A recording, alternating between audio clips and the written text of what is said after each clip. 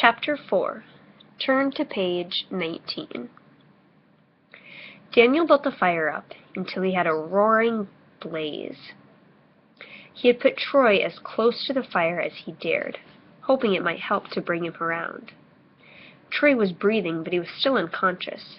His skin was light blue, and he was shivering. Daniel rubbed Troy's hands and arms. He turned to Brandon. "Dig down under that tree over there and bring me all the dry leaves, moss, or grass you can find. And hurry." Brandon didn't question him. In a few minutes, he returned with an armful of dry leaves and grass. Daniel began stuffing them inside Troy's clothing and packing them around him. "It'll help insulate him from the cold." Daniel continued to rub Troy's feet and legs. When Troy's socks were dry, Daniel put them back on him. He felt Troy's forehead. It was hot. Scotty looked a little better and was now relaxing against the huge tree, watching Troy anxiously.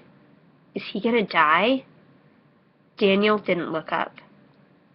"Is there anything I can do?" Brandon asked. "You can get us a supply of wood.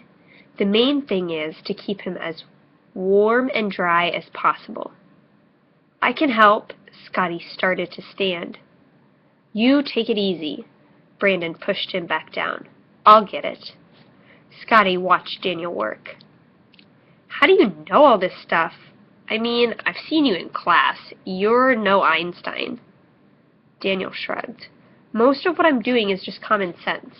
Besides, Brandon's the one who did the mouth-to-mouth. Troy moaned softly. His eyes opened. "Where?"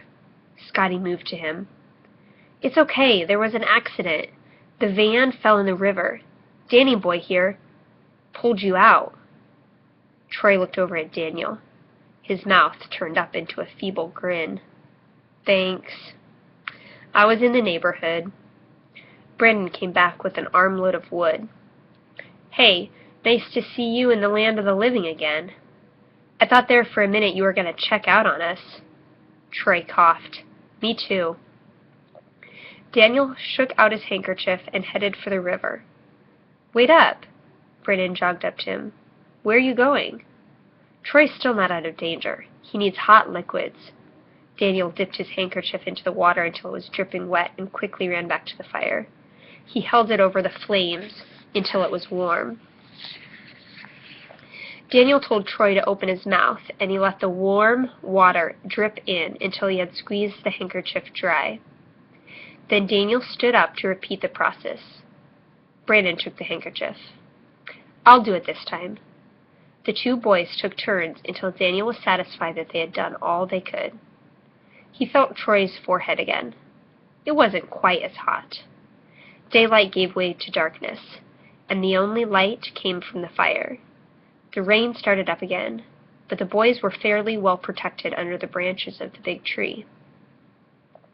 Scotty and Troy were sleeping soundly. Daniel added a good-sized stump to the fire so that it would burn all night, then cleared a place to stretch out. Brandon threw a handful of pine needles into the fire. "You're okay, you know?" An awkward silence filled the night. Daniel stared into the flames. "Most people are, if you give them half a chance."